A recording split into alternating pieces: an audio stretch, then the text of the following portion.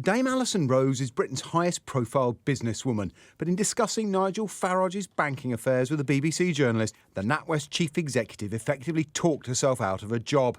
Her fate confirmed in the early hours of Wednesday when the Prime Minister and Chancellor withdrew their support. We've reiterated on the meeting this morning with representatives across the banking and building society sector that it is wrong to do that.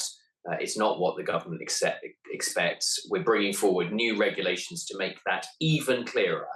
Dame Alison's resignation was a dramatic U-turn, coming just 8 hours after she received board backing, despite admitting being the source of an inaccurate BBC story.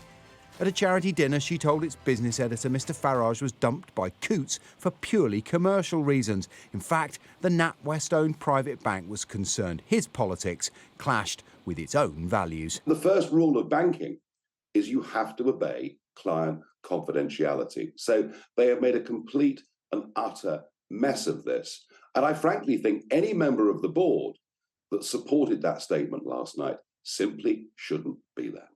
The board will stay, but Dame Alison's 30-year career at the bank is over, despite delivering the largest profits for NatWest since the financial crash, and just a week after the Prime Minister appointed her to his Business Advisory Council. The Information Commissioner's Office is now examining whether Dame Alison broke privacy rules. We encourage the individuals and organisations to try and resolve things between each other.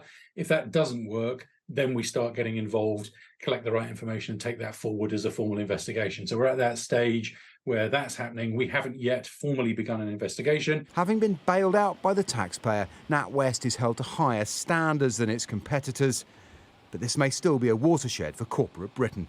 Since the 2008 financial crash, in which NatWest played a central role, banks have been under pressure to behave better, to be more accountable. There's plenty of evidence consumers want companies to be more socially responsible. But when a company's values clash with a client's, it raises the question, particularly in a vital service like banking, do they have the right to choose with whom they do business?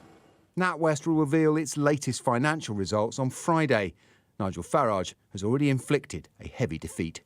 Paul Kelso, Sky News.